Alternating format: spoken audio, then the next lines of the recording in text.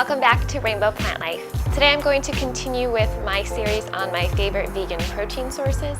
If you haven't seen part 1 yet, I will link to it at the end of this video. Before we get started, I just want to point out that I got my hair cut.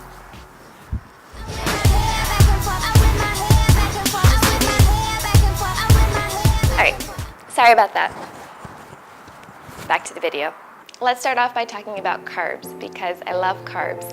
And I know that carbs might be a bit of a dirty word for some of you, but these carbs are actually really healthy for you. They're all ancient grains. And ancient grains are grains and pseudo-grains that have changed very little over the last several thousand years, in contrast to more common refined grains like corn, wheat, and rice, which have changed a lot through selective breeding. And ancient grains tend to be a lot healthier and have more fiber, protein, antioxidants, vitamins, and minerals. Let's start with a grain that everybody knows, quinoa. And I make a big batch of quinoa whenever I'm doing meal prep, and then I eat it throughout the week, whether it's with a salad or a stir fry. But I want to mention a couple things that can help make it taste better. 1, make sure you soak your quinoa under cold water. That will help take away some of the bitterness. 2, I find that most recipes online or in cookbooks call for a 2-to-1 liquid to quinoa ratio, and that tends to produce a quinoa that's a little too soggy. So I usually reduce the water, maybe use 1.5 cups of water for 1 cup of quinoa instead of 2 cups. The next ancient grain is amaranth. Amaranth, like quinoa, is a seed, so it's also gluten-free. It's really high in protein and fiber, and it gets slightly sweet and really creamy when you cook it, so it's perfect to use in porridge. And I like to add some coconut yogurt and some stewed berries, and it makes such a hearty and comforting breakfast in the morning. Next up, we have buckwheat, which is another gluten-free seed, and buckwheat comes raw in the form of buckwheat groats, or it comes toasted in the form of kasha, which you'll find in cereals. I like to use groats along with oats to make a porridge, and I also add them to smoothies because it adds some fiber and nutrients and helps me stay full. For raw buckwheat groats, I recommend you soak them for at least an hour or overnight. That helps soften the seed and quickens cooking time. Now for a grain that you are probably very familiar with, oats. There are different kinds of oats. Quick cooking oats have the least amount of nutrients. Rolled oats and steel-cut oats have the same amount of fiber and protein, but steel-cut oats are less processed, so they take a lot longer for your body to digest, which means they're less likely to elevate your blood sugar. And of course I use oats in oatmeals and porridges and muesli, but I also like to add about 1/2 cup of oats to my smoothies. That adds a lot of bulk and fiber and helps me stay full. And now let's talk about a few wheat-based ancient grains. Because they're wheat-based, they do contain gluten, but they're full of fiber and protein, so if you can tolerate gluten, I recommend adding these to your diet. First up, we have wheat berries. Wheat berries are the whole complete wheat grain before it's undergone any processing or any refinement. I really like to pair cooked wheat berries with a balsamic vinaigrette and then some caramelized onions, toasted walnuts, basil, and dried apricots. It's a really flavorful, delicious combination. The next grain we have is frika. I am not 100% sure how to pronounce this grain, but the important thing is that it's delicious and it's packed with protein. And frika or friki is wheat that's been harvested when it's young and still green, and then it's roasted over an open fire, so it has a slightly earthy and smoky taste. And the last grain on my list is farro, which is whole wheat. It has this amazing chewy texture and nutty taste. My favorite way to prepare farro is to cook it and then add in a light citrus vinaigrette, maybe some lemon juice, olive oil, salt, pepper, Dijon mustard, maple syrup, or a grapefruit vinaigrette. And then I add in some dried cherries or dried cranberries, some chopped toasted hazelnuts, cannellini beans or white navy beans, and some leafy greens like spinach. I toss it all together and it makes a really delicious meal for the summertime or when you don't have much time to cook. The next category in my vegan protein list are nuts and seeds. Most of the time I buy raw nuts because they're healthier than roasted nuts and there's no chance that the nuts have been roasted in some sort of oil. I also buy unsalted nuts because salted nuts are so easy to binge on. If you've ever been to a cocktail bar, you know how easy it is to eat handfuls and handfuls of salted nuts without even thinking about it. The first nut on my list are almonds. Almonds are definitely the nut I eat the most. I snack on them all the time. I keep them at work in my desk drawer. I keep them in my purse even if I'm going out to a party. I don't like to be caught off guard and find myself hangry, so almonds make a perfect snack when you're on the go. And they're so beneficial for your health, your hair, your skin, so definitely add some more almonds to your diet. The next nut on my list are cashews. Cashews are a vegan's best friend.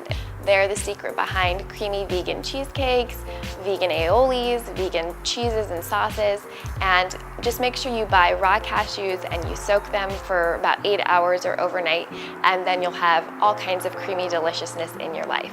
If almonds are the nut I eat the most and cashews are the nut I cook with the most, then walnuts are the nut I wish I ate the most because they're so healthy for you. In addition to having protein, they're packed with omega-3 fatty acids. And if you find that walnuts are a little too bitter for you, just toast them at home in the oven or in a skillet and it'll make them taste a little less bitter. Next up, we have pistachios. Pistachios are one of my favorite snacks. They're great for mindful snacking. If you find yourself grazing on snacks all the time and not really paying attention to what you eat, try snacking on pistachios when you're hungry because you have to put a lot of work into opening each pistachio, so you're more cognizant of what you're eating. The last nut on my list are peanuts, which are not actually a nut, they are a legume, but everybody calls them a nut, so I'm going to refer to them as a nut. And they are both the highest protein nut and the cheapest nut. So make sure you add some peanuts and peanut butter to your life.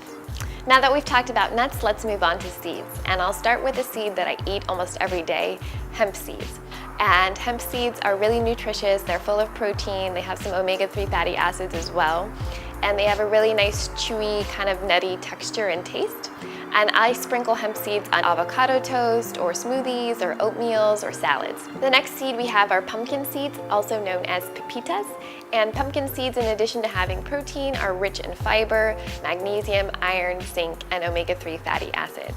I like to sprinkle pumpkin seeds on salads and soups, but my favorite way is to use it in pesto instead of pine nuts because pine nuts are super expensive, but also it's really fun to say pepita pesto. The next seed we have are sunflower seeds, and honestly I used to hate sunflower seeds because they just reminded me of people spitting, but these days I buy shelled sunflower seeds so there's no spitting involved, and like pumpkin seeds I use them as a garnish in salads or pastas or grain bowls. The next seed we have are chia seeds. Chia seeds aren't that high in protein, but they are a complete protein, which means they have all of the essential amino acids. In addition to using chia seeds for chia pudding, I really like to make chia jam. Chia seeds act as a natural thickener, so you don't need to add any extra ingredients to your jam besides your berries or whatever fruit, your sweeteners such as maple syrup, some lemon juice, chia seeds, and that's it. I also like to add chia seeds to my smoothies in the morning because they add fiber and bulk, and they help keep things regular down there, if you know what I mean. They help you poop. The next item on my vegan protein list is bread. And I know that bread seems like a strange choice for a list about protein, but I'm talking about sprouted grain bread, which is chock full of protein, fiber, and vitamins that protect your heart. My favorite sprouted bread is from the brand Ezekiel. If you look at the nutrition label on the back, there's 4 grams of protein in one slice, but because I've never eaten just one slice of bread at once, I will say there are 8 grams of protein, which is the same amount of protein you would get in a cup of cooked quinoa. I have sprouted grain bread almost every day. It's the easiest breakfast I can make. I just slather on some nut butter and some berries or apples and chia seeds or hemp seeds, and it's fiber rich, it's protein rich, and it's really delicious.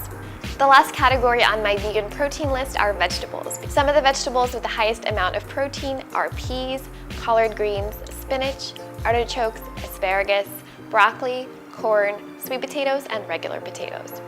Collard greens and spinach, for instance, have 5 grams of protein in 1 cup cooked, which is not that much food. Green peas are also really high in protein. There's about 8 grams of protein in 1 cup.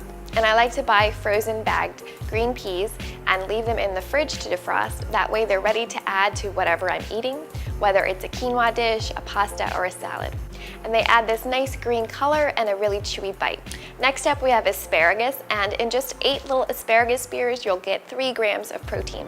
And my favorite way to cook asparagus is to either roast it or grill it with some olive oil, salt, and pepper until it's brown and caramelized. Next up we have broccoli. There are 4 grams of protein in 1 cup of cooked broccoli. And I know 4 grams of protein isn't a lot of protein, but neither is 50 calories, the amount of calories in 1 cup of cooked broccoli. Next up, we have potatoes, and there are 4.5 grams of protein in 1 medium-sized potato. And I know that potatoes sometimes get a bad rep, but I have a science secret for you. When you cook potatoes, don't eat them right away. Instead, refrigerate them for about 8 hours. And the refrigeration cooling process converts the starch in potatoes into resistant starch. And resistant starch is a type of carbohydrate that passes through your small intestine without being digested, which means it feeds your healthy gut bacteria, it burns fat more easily, and helps you stay full. The last item on my vegan protein list are sweet potatoes. I saved the very best for last. I will roast or bake a big batch on the weekend and then eat them throughout the week, whether it's with breakfast, lunch, or dinner. Well, that does it for my series on my favorite vegan protein sources. I hope you found this series helpful and informative, and if you did, please hit that thumbs up button so I know you actually liked it. And I will see you guys next week with a brand new video.